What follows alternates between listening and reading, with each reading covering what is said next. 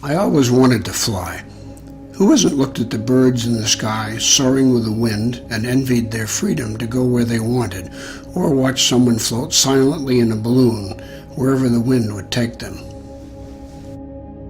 Like me, you may have been to an air show and marveled at the skill of pilots risking their lives to play in the sky like the birds above. I watched with envy as they did what I always hoped to do. I envied them and their daring feats, but sadly I realized I would never be up there with them.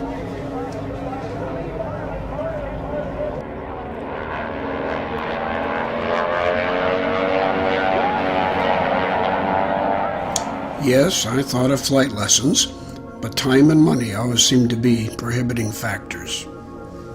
Then a new page in my life turned.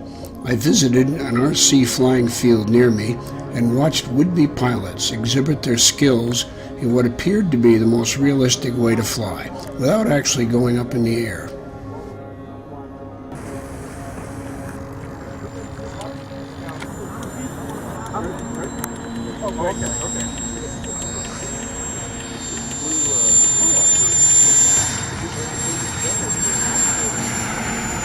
After watching how easy flying your own plane looked, the bug bit me and I purchased a beginner's plane to do my own flying.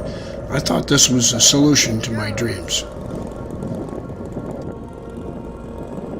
That didn't work out all that well, so I went back to staring at the sky and dreaming. Then it happened. I came across RogerDodger.net. It is a fantastic website that shows how to build your own flight simulator with inexpensive materials like PVC pipe and pine boards, so I went to work. I made some modifications from the original plan, and the flight cockpit kept growing. I changed things repeatedly and tested, then changed some more until I had what I wanted. Flight day finally arrived. Let me take you on a short flight from South Lake Tahoe, California to Sacramento, California. The simulator gives a view from almost any spot inside or out. I am flying a Beechcraft Baron 58 twin-engine prop, which is an easy plane for beginners like me. I find the GPS is as indispensable in a plane as it is in my car. Trained pilots can operate well without it, but I still have many training lessons ahead of me. Let's take off. When you reach the appropriate takeoff speed, which varies by aircraft, you pull back on the flight yoke and up she goes. The next step is to raise the landing gear and retract flaps if they were extended for takeoff. I switched to an external view of the aircraft so I can better enjoy the beautiful scenery of Lake Tahoe as I climb to the correct altitude.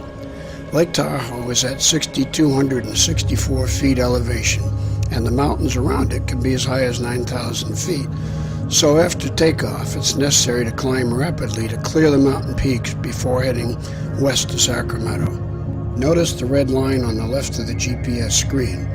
That is the route I have to follow west to get to Sacramento. But since the mountains are so high and I can't climb that fast, I will head north until I reach a lower point in the mountain range. Then I will turn west and intersect the red line to get back on track.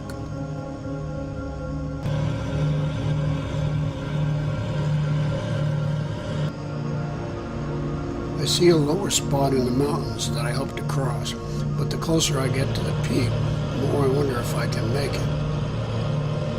Luckily, I did.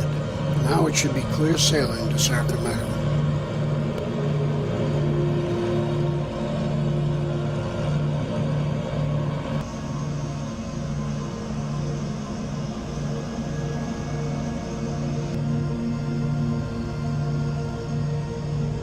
I crossed the mountains at about 8,400 feet. I love flying across mountains and lakes.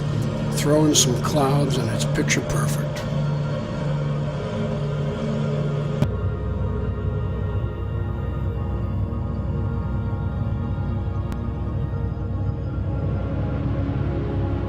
The GPS shows that I'm heading on a path to intersect the red line that will guide me into the airport.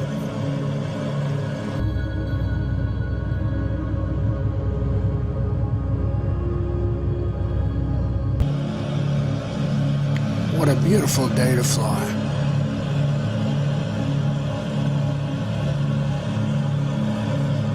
It is time to turn on my iPad and go to a site called airnav.com.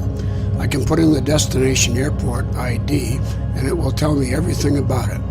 As you can see, the elevation of Sacramento is 23.6 feet. It's critical to know the elevation when you're landing, as I found out trying to land in Reno, Nevada in the dark. I was waiting for the altimeter to get down to 1,000 feet for my approach when I hit the ground at about 4,000 feet. I forgot to check the elevation. The most interesting part of flying is landing. The most challenging part. It's where a lot of things can go wrong. And that's where, kind of like driving, you pick up a feel for it after you do it. Hopefully you live that long.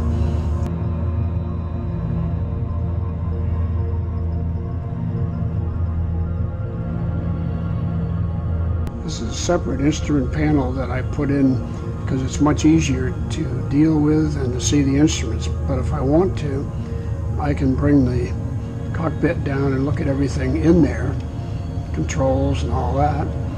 So I can actually run those instruments, but sometimes they're not as clear and easy to follow as the ones on the screen. There is a runway off to my right, but according to the GPS, it's not the one I want. By the way, this is real-time weather, updated every 15 minutes. So if I want to fly somewhere, I click it on the real weather just to make it more interesting. And it looks like a beautiful day out in Sacramento. I have been descending gradually since crossing the mountains, and I'm now down to 4,400 feet. I will start my approach into Sacramento at around 2,000 feet. And then we want to extend some flaps.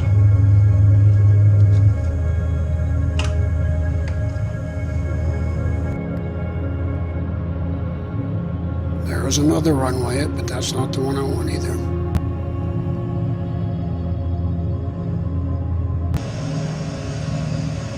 There we go. I see the white and the red mixed. There are several runways in the vicinity of Sacramento, so I have to be careful to get the right one. The GPS will help since it puts the airport ID on the screen with circles around it. It will also indicate by a yellow arrow which direction I should land from. Note the white lights on the side of the runway. If I'm on the right glide path, the light should be a mix of red and white. All white indicates I'm coming in too high, so I will hit the runway hard. Touchdown. Pilots say any landing you walk away from is a good landing, so I guess it was a good one.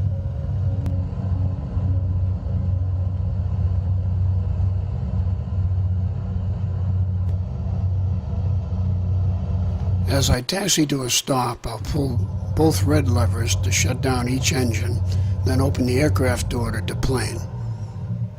Thanks for flying with me. I hope you can see why I enjoy the simulator.